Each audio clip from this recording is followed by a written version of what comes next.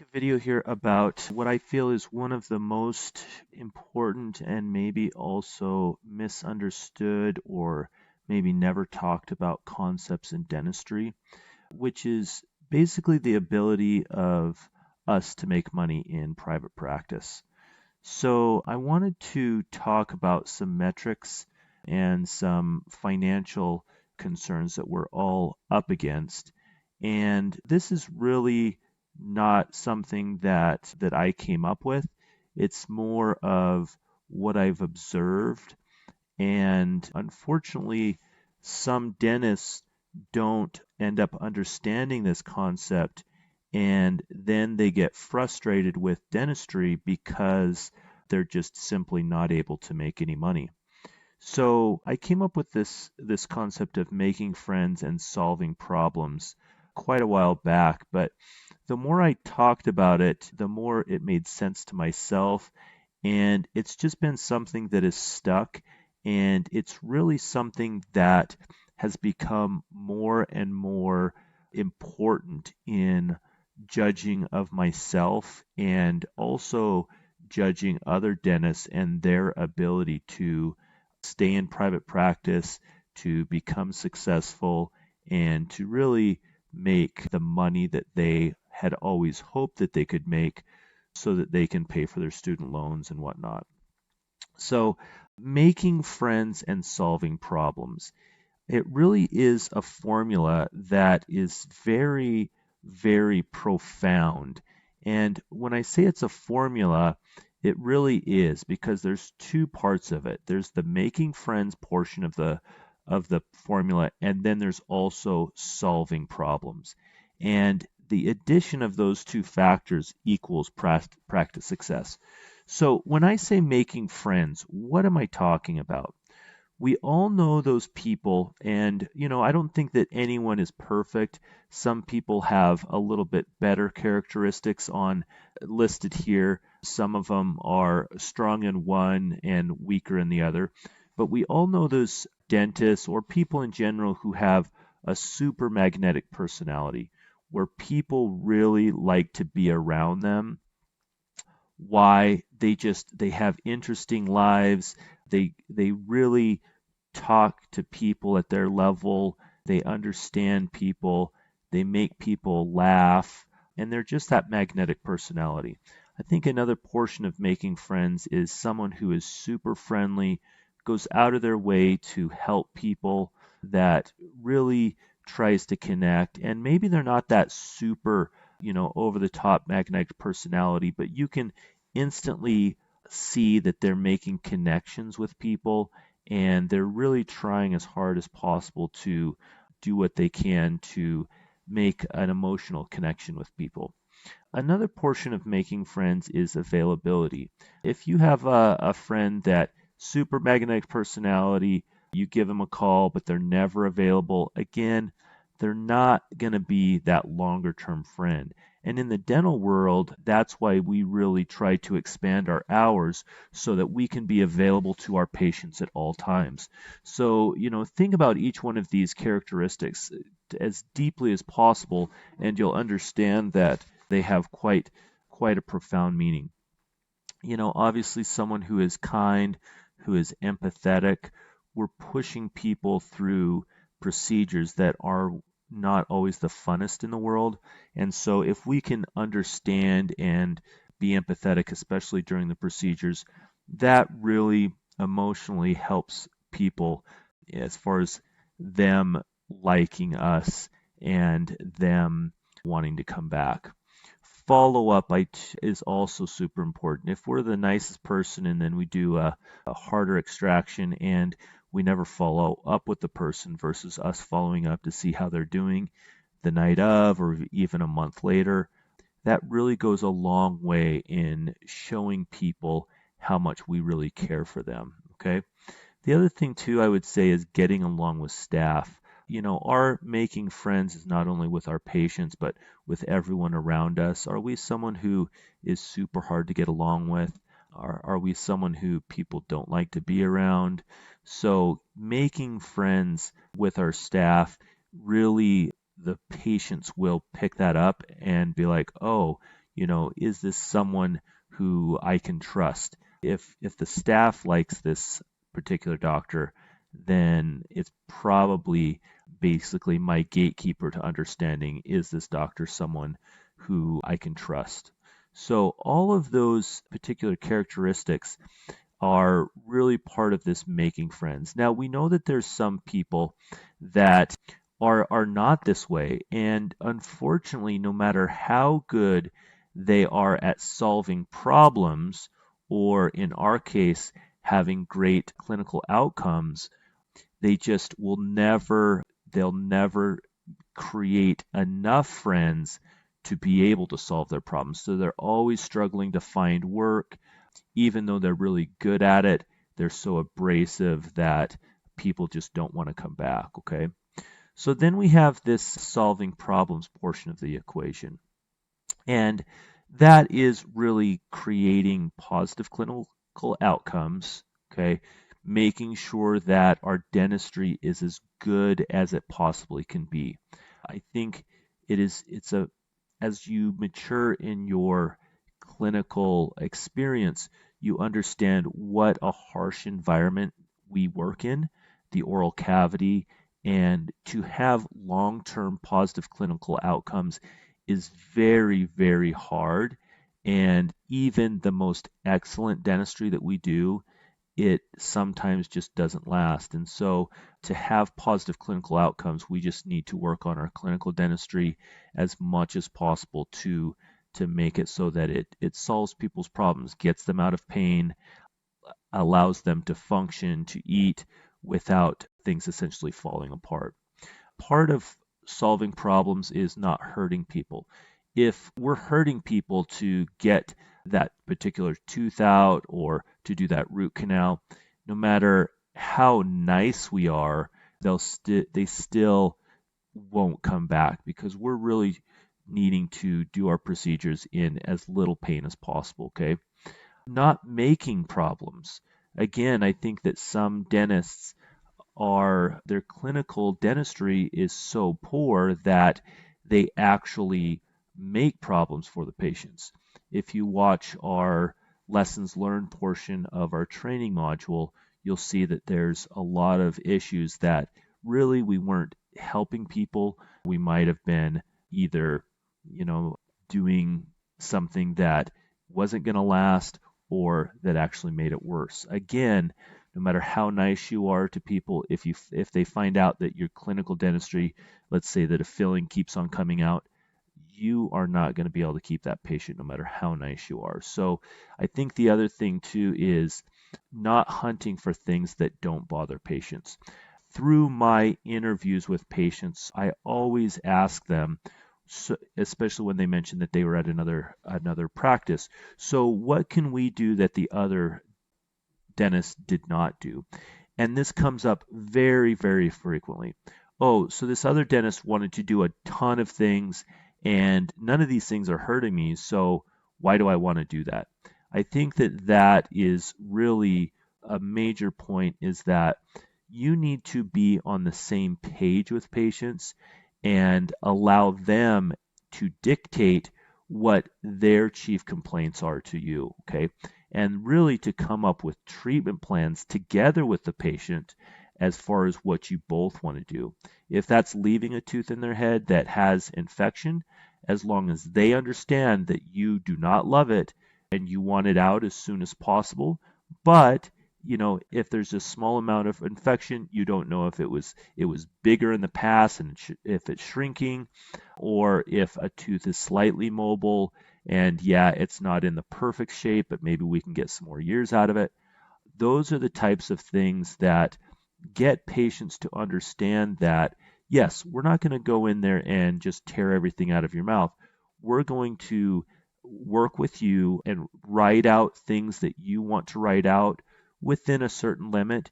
And also the bigger thing is what's better for the patients, to push them into clinical dentistry, things that you believe is super important to you, yet you lose the relationship and they never come back to the dentist? Or is it more important to create a relationship with them so you can chip at some of the issues slowly. Again, I would say any patient that becomes a comprehensive patient and works on things slowly is in a much better position versus you doing a bunch of dentistry and then they never come back because you've broken that relationship of trust. So not hunting for things that don't bother patients. Super important thing. Now, the combination of those two things, being able to make friends and being able to solve their problems, is practice success. Okay. So how do we measure our success in making friends and solving problems? And this is a little bit of a harder concept for newer dentists to understand, but really we measure success on total office production per new patient per month, okay? So if we think about that, what does total office production per new patient per month? What that measures is our ability to attract patients and to keep them and to essentially have them ask us to do dentistry in their mouth, okay? So really, if we think about that, that's a super important metric because it measures everything right from the beginning, which is, are we able to attract people into our practice? Are we making friends? And then are we able to keep them in our practice? Meaning, are we able to solve their problems? And it also kind of measures, are the patients willing to let us help them? Or are they simply just walking in and then walking out and never coming back, okay? So this metric is super important. And I'm actually going to put this portion up here. But what are in this? Okay, so total office production per new patient per month, okay? And we can write it like this. So total office production divided by the number of new patients that we see per month, okay? So the numerator includes all recall patients, all in-office specialists, and all new patient care, or it will essentially all patient care, okay? So any production that happens in the office, whether it's by you, your hygienist, your specialist, it all counts to this total office production, okay? So I'll go ahead and write that down, okay? So any production that happens in your office goes up to here, okay? What does the denominator include, okay? It includes all patients who have scheduled regardless if they've shown up or not. So some dentists are like, well, if we took out all of the patients who didn't show up, my production per new patient per month would be higher. Well, that doesn't really address your availability, okay? So if you are in a situation where your office is getting a lot of calls for new patients and they aren't offering same-day visits, those patients aren't going to show up. So if you're not available, you're essentially penalized by not getting those patients because your new patient numbers will look higher than actually the number of patients to show up. So we like to include all of the patients who have scheduled even if they don't show up or not, okay? Now, this number sometimes is misunderstood that we are trying to find dentistry on every single person that comes in, and we're trying to produce a certain amount per new patient, and that is completely false. What I'm saying here is that if you create comprehensive care, your production per new patient will be over your break-even point, okay? So let me just put a couple of other concepts here, okay? Which is your break-even per new patient is around 500, okay? So many new doctors are like, oh, they have no idea where they stand. And unfortunately, we have some doctors that can produce, or they start out producing $300 to $400 per new patient per month. okay?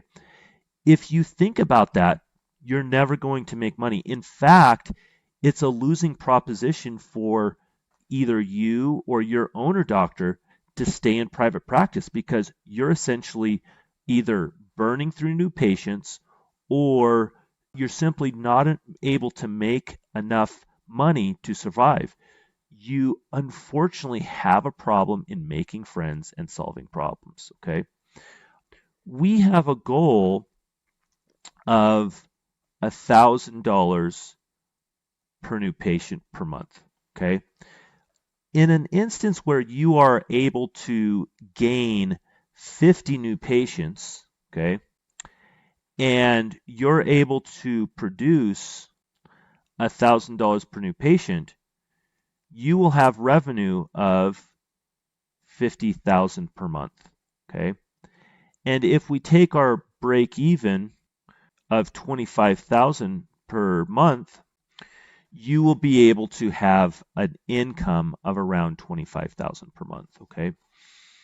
And unfortunately, a lot of doctors don't track this metric for themselves, and they're just like, no, I think I'm doing fine. You need to track this number every single month from your beginning of your practice until you reach the goal of $1,000 per new patient per month. Now, how are you able to reach that goal?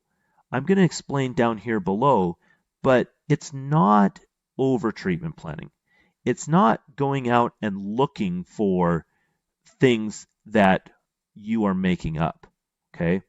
Again, solving problems is not hunting for things that don't bother patients, okay? It's also not making up things, okay, or making problems, okay? So I wanted to just go over my most recent month here, okay, where, I would encourage you to look at a lot of the instructions that I've given throughout these videos, but you can probably see that I'm very conservative and I like to help the patients both financially and also not push them clinically through things that they might not agree with or they don't want to do, okay? So my most recent month, which was February of 2022, I had a production of $268,648.60 in my office, okay? And in my office, we had 140 new patients. So if we take the formula here of total office production divided by new patients per month, you can see that I produced $1,918.92 per new patient, okay? So I'm going to go through the skills that I feel are necessary to come up with this. Now, the biggest asset that I feel that any dentist has is their ability to make friends and solve problems. And so I like to measure this every single month because if a doctor is only producing $500 per new patient per month, unfortunately, wherever they go, I don't care if it's in the United States of America, if it's Mexico, Brazil, Russia, China, they will have that same ability to make friends and solve problems. Now, if they have the ability to produce $1,900, that same skill of making friends and solving problems is translated to everywhere. Everywhere in the world needs people who can make friends and solve problems. So really, you need to measure your most important asset. And I'm going to write this down. Most important, which is making friends and solving their problems. And so you need to measure your asset every single month. Figure out how much you are producing per new patient per month, okay? So the following is found in the opportunity manual, but it's really a list of all the skills that I feel, and I've tried to be as accurate as possible by taking data from my own production and translating it into these particular skills, okay? Now, new dentists, sometimes they're kind of picking and choosing some of these skills that they want to do. Maybe they don't want to do root canals. So that's fine. If you don't want to do root canals, just understand that you are reducing some of your asset, okay? Your most valuable asset is being reduced permanently because you're not willing to do that particular thing, okay? So I have a way that we can get to our goal. In fact, if you look at our goal, I'm trying to make it as accurate as possible to my own production per new patient per month, okay? And these are really the skills that I feel add up to what I do, okay? So here's the skill, here's what I put as the value on that skill. And then I also put ways that it's taken away, or ways that the doctor doesn't allow themselves to have that particular skill. Okay. So first skill here is offering same day dentistry to every single patient. Okay. Now, when I say every single patient, when you walk into an emergency or into a comprehensive exam, and you have 3 root canals going on, and you say, you know what, it'd be awesome if I could do it right now, but I have some other things going on. Can you come back another day? That is not same day dentistry. Okay, that is not allowing the patients to choose when they want to get stuff done. You need to offer and be excited about offering everyone whatever they want to do. If you have 2 root canals coming in and a patient comes in and wants 10 extractions, you basically say, so we've got some extractions that we need to get done. When did you want to get them done? Is that something you wanted to get done today? And when the patient says yes, you're not like stressed about it. You're simply excited that they are willing to get that done. Okay. Offering same day dentistry is super important. The value I feel that it places on yourself is $300 added to that production per new patient per month. Okay. So how is it taken away from us? Okay. If you are understaffed, a lot of times you get so stressed out that you don't offer same day dentistry. Okay. Another way that could be taken away from you is if you don't have mentors that have shown you how to run multiple operatories, or you haven't seen it happen, or you in your mind have only come out of dental school and believe that nothing can happen simultaneously. Okay. So you need to be able to get in front of doctors who are running into situations like this. I love it when doctors are watching me, and what they'll do is they'll see that I run into a situation where there's 4 patients that walk in all at the same time, usually at 5 o'clock at the rush hour. And then I've had it occasionally where the doctor's like, Dr. Stott, did you want to help me? Or did you want me to help you? And I'm like, absolutely not. What I want you to do is watch me and figure out how I'm going to manage all 4 of these simultaneous patients. Okay.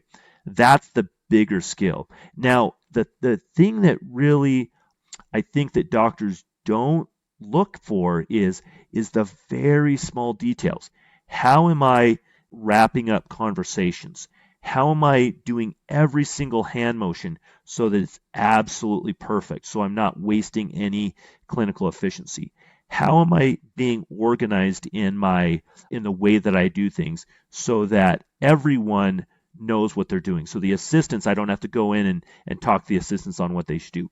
Being super consistent. I think there's a ton of small little details that we talk about that add up to being able to be efficient and be confident in seeing 4 patients that show up simultaneously, all wanting same day dentistry and all wanting bigger procedures. Okay. Another way that it can happen is if you don't have a scheduling system. Okay. If you're just kind of happenstance, throw it on there, what's going to end up happening is you're going to run into situations where you're going to be sitting around for 2 hours, and then all of a sudden 4 patients will show up. since you or your staff aren't used to seeing 4 patients, you're going to reschedule all of them, and then in an hour, there's going to be nothing to do.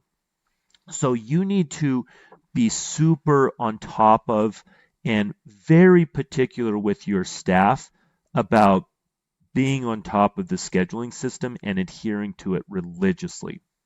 Okay. Extractions. Okay. Extractions.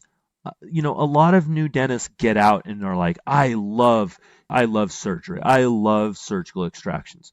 Honestly, extractions are not worth as much as you would think. I think there's a lot of other type of, I would say, softer skills that are more important than extractions. So I would put, the value of extractions at maybe $100 per new patient per month, okay? Some offices require the general practitioner to send all extractions out.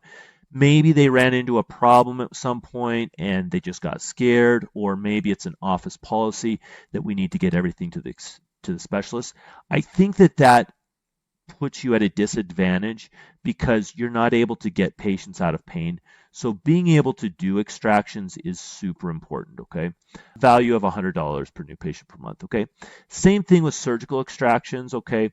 Sometimes you lack mentors, you lack instruments, or it's discouraged because maybe your mentor doctor or your office ran into issues where they couldn't get a tooth out, and because they didn't have in-office specialists or mentors, they just came up with the system to say, hey, we're not doing surgical extractions here. Again, probably $100 per new patient per month, okay?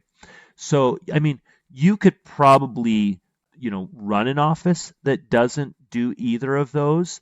But I think that these are gateway procedures that, if you do a really good job, gives patients confidence in your ability to solve problems, okay?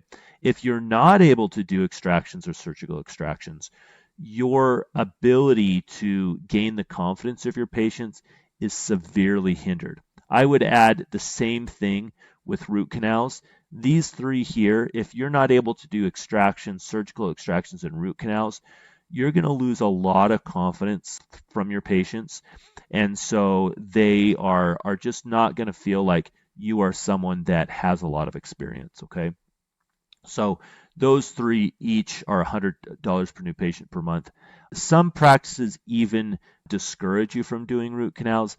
Some practices do not even have root canal instruments.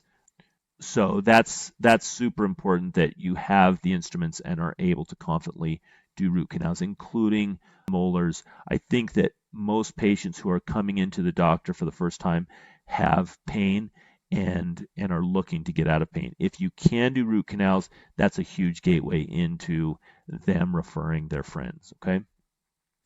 So another one is creating comprehensive patients and rescheduling. This one is worth more than, or it's worth equal to doing extractions, surgical extractions, and root canals. So important. If you don't have a mechanism to reactivate emergencies or recall emergencies and get them back on track to be doing prophies or to do same-day prophies in addition to the emergency that they came in for, you will always be losing patients out of the back end of your practice. It is so important also that when you come up with your game plan with your patients, that you are on the same page and that they accept the treatment that you both came up with. I think that one of the big killers of this is treatment plan coordinators that are trying to sell dentistry, that are trying to push patients financially into situations where they don't want to go, and then they just end up rescheduling but never come back, okay? So your ability to come up with game plans that are both clinically on the same page and financially on the same page with patients is super important, okay? Lack of systems. If you don't have a way for you and all of your staff to recognize when patients are falling off of the bandwagon or basically not coming back in for the recall, patients will simply just come in, come out. And I see this all the time when a patient comes in for an emergency. Let's say that they needed some fillings, okay? And the next appointment that is scheduled is fillings. That is really, I feel, cherry picking. You really should think about the comprehensive patient first. And the most important appointment that you should be scheduling after your initial emergency appointment is the hygiene visit. The hygiene visit is super important because you are getting them into being comprehensive patients. Maybe you're not going to do all those fillings right at once. In fact, what is the value longer term on that? If we're really talking about monetary portions here, the patient over their life is going to give you tens of thousands of dollars. Why would you jeopardize that, or why would you not be more excited about them coming back longer term versus the cavity filling that may give you $200 or $300? Okay. Bad patient management system. Okay. If you are not super on top of identifying and recognizing and offering that prophy that same day, you're just always fighting to get as many new patients as possible instead of concentrating on the patients that have already been in your office. What is easier, finding a new patient or getting a patient that's already been into your office to just come back? It's always the recall patient that's easier, okay? And then I would say this, that if you are a dentist who bounces around from office to office, okay, and you never spend more than a year or two, you're never creating relationships to create comprehensive patients, okay? So you need to spend enough time in your practice in order to create those comprehensive patients, okay? Referring to in-office specialists, okay? I think that that's worth maybe $100 per new patient per month. That's for those wisdom teeth, potentially for orthodontics. What would take that away? If you're in a smaller private practice, there's no way that you have enough patient flow in order to have an oral surgeon come in or an orthodontist. So the ability to have in-office specialists is worth $100 per new patient per month, okay? We already talked about root canals. Again, a gateway into getting patients to have confidence in you. Super, super important, okay? And then we're going to talk about, some of these softer skills, okay? Now, if you look at this, look at how much these softer skills add up to versus actually being able to do procedures, okay? Doing procedures, especially same day, is important, but these softer skills add up to be almost more important than this, which is really kind of what we talked about. This is equal, making friends, solving problems. Is the clinical more important than making friends? No. Is the clinical more than the administration? No way. Okay. So confidence. This is so, so important. I can't tell you how many times a patient comes in to a new doctor, and let's say that there's a more experienced doctor and a less experienced doctor, and the patient has been in with the more experienced doctor and then sees the newer doctor on an emergency and then requests to be seen by the more experienced doctor. Why? Why is confidence so important? Because all patients are scared of being treated by someone who doesn't know what they're doing. Okay? All patients will never come back to someone who's a little bit fidgety, who doesn't sound like they've done this procedure many times. So a lot of doctors, unfortunately, if all they do is fillings, they never get enough experience or mentorship to get the confidence to be able to get through that. Now, sometimes, we're all coming out of dental school and we haven't done enough procedures. But we have given you the verbiage in order to sound confident before you actually are. I just relayed an experience. I went up to a brand new doctor and he was walking into his first root canal. And so he's talking to the patient and he's like, hey, so we've got an infected nerve, we're going to have to go ahead and get that infected nerve out. It's a pretty easy procedure, kind of like a bigger cavity filling. And then he comes out and then the patient's like, yeah, let's go ahead and get it done. He gets the patient numb, comes out, and I'm like, holy cow, you sounded amazing there. And he's like, oh my goodness, I am shaking in my boots. I am doing my first root canal out of dental school. I have no idea how this is going to go. But he sounded confident. Why? Because he's practiced the verbiage on what to say. And then he gets through his first root canal. And yes, he probably two-stepped it. He probably spent 3 hours. But guess what? The next time he's going to cut that by 15 minutes. And once he's through 20 root canals, his verbiage matches his clinical confidence. Confidence is so, so important, okay? Having fun at the office. I think this might be kind of one and the same, but if you look like you are stressed out, no one wants to stay around an office that has a bad vibe. So your ability to make light or joke around with your staff at appropriate times is super important. Now, that doesn't mean that you're having so much fun that the patient is feeling like you're a goof off and you're not concentrating on the procedure. But at appropriate times to break the ice, it is super important to have fun at the office. One of the doctors says basically you should be laughing with your patients and with your staff all day long. That is success. And I totally agree. So if you're too stressed or if you're trying to be the boss and bossing people around, your patients will feel the tense situation inside of your office.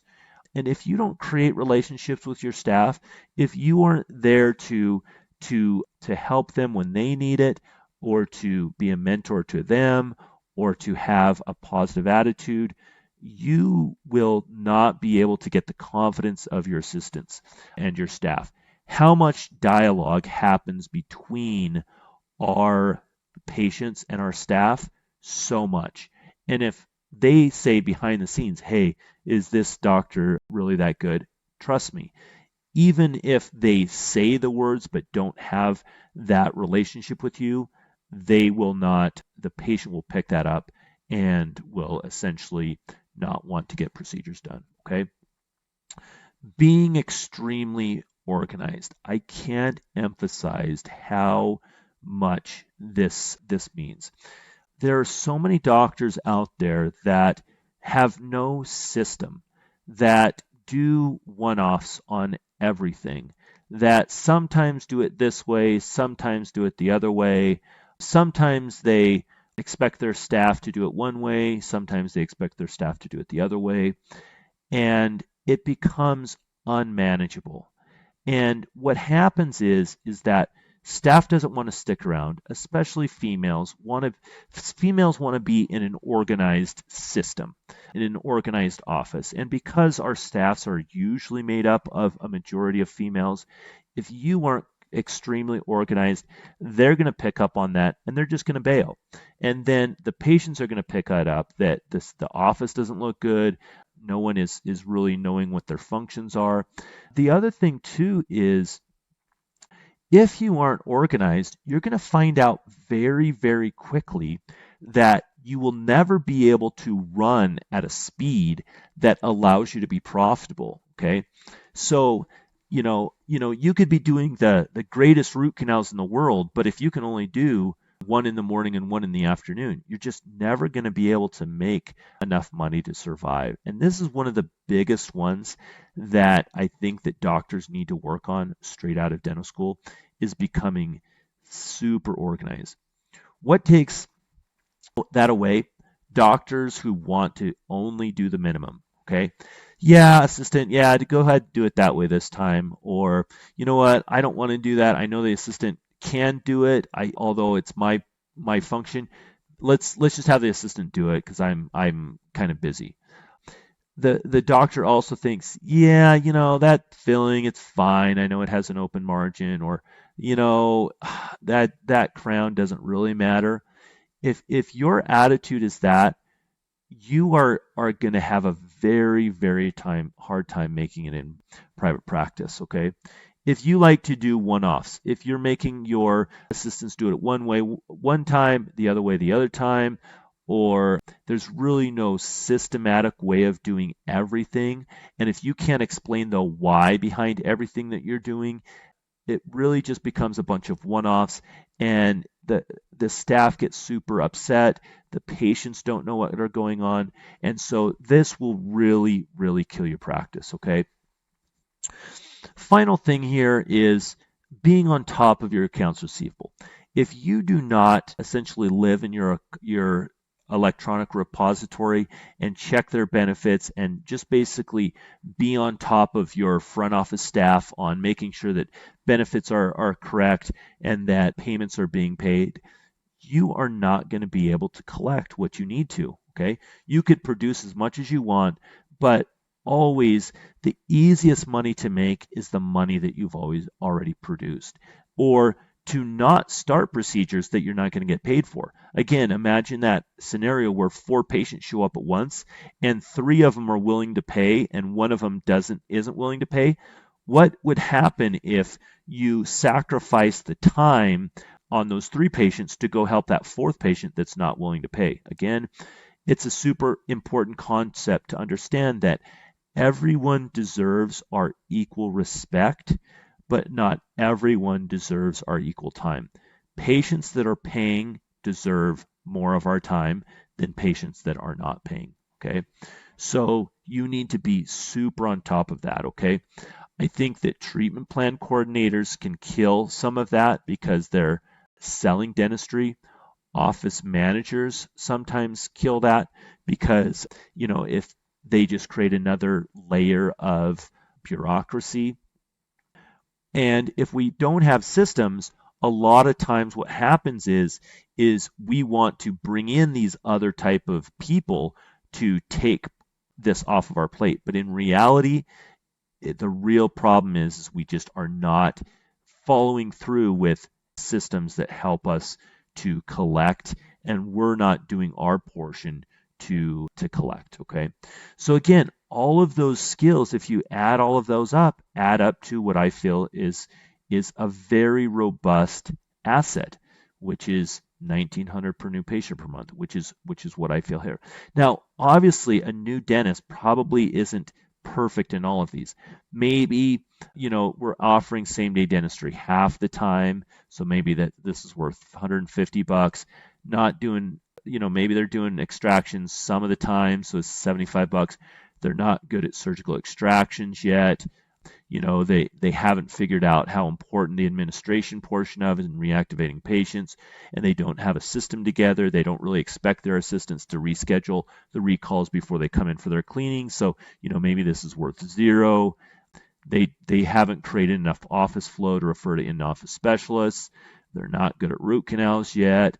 They're okay with confidence. They aren't having fun at the office yet.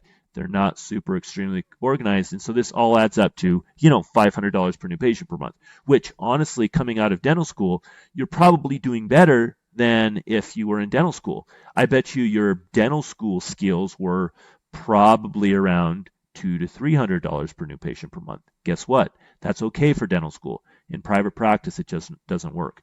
So you really have to work on what it takes to get up to at least 1,000. But understand, there's dentists out there who do 1,900. There's dentists out there that do 2,000 to 3,000 or 4,000. So you need to work on your skill to get this up. And you can see here, there's no portion of this that is over treatment planning. All of this is just being super organized and following systems, okay? Now, there's some other skills that I feel that dental school students come out and they think, this is really what I want to do, okay? I really want to place implants. The issue that I feel with implants is, yes, it has value, but it's not as valuable as these other things, okay? So definitely you can add in implants to, as an additional portion of this scale, and maybe you want to do implants instead of doing root canals. Great. I don't think that it's as valuable to doctors as they think, okay? If you look at this, okay, I did not place a single implant on this month. I referred all of those implants to in-office specialists. So, and I'm not discouraging you to do implants, but I'm just trying to put a real value on what it is to place implants. I would say the same thing with ortho or Invisalign, okay? It adds a certain amount to your practice, but it's not that much, especially given the number of appointments that you need. Again, it adds about $100 per new patient per month, okay? So, here's another skill that a lot of new dentists think, hey, this is a skill that I want to learn, and I think I'm really good at it. Again, I think that as a lot of doctors mature in their practice or in their clinical career, they kind of tend to shy away from this stuff because they understand the clinical complexities, the stress, and, a lot of times people are like, well, do I really want to work on impacted wisdom teeth removal, or do I want to work on having more fun at the office? And 9 times out of 10, they're going to want to work on having more fun at the office or being extremely organized, which is worth more than impacted wisdom teeth. Again, I am not discouraging impacted wisdom teeth removal. In fact, I would definitely encourage people to look at doing that. But I would say look at acquiring those skills through additional CE credits or mentoring after you've obtained all of these other skills. And really, after you've measured yourself that you're able to get to, at least $1,000 per new patient per month, then start adding in some of these skills. But really, try working on these skills to get up to here and then adding those skills, okay? Again, during this month, okay, did not take out a single partial bony or full bony wisdom tooth, okay? So, again, I feel like this concept is super misunderstood, that people have the misperception that we're trying to make money off of every patient that walks in the door and trying to make $1,000 off of them. Totally not the case. But what you'll see is that as you make friends and solve problems, this production per new patient per month just goes up naturally, okay? So work on all of these skills, okay? Be extremely self-critical. Try to figure out where you stand on each one of these skills, and be consistent in measuring yourself so that you can see where you are. Are you break even? Are you making money? Are you extremely profitable? Because if you want to move to another practice or move to another state, this is the metric that you need to know, okay? If you're moving to a practice and they have 40 new patients a month, hey, are you going to, and let's say that you're making $700 per new patient per month, well, your revenue is going to be about $28,000. And if you know that your break even is 25, you're not going to have enough money to make anything. But if you are getting into a practice that is going to give you 50 new patients per month and you have production per new patient per month of 1,500, hey, I can make 75,000 and I can take home 50,000, okay? So again, review this information. All of this information is in the opportunity manual, and be really, really on top of charting this month by month, and you will find out how great it is to know this information so that you can make better decisions on how to improve your own skills.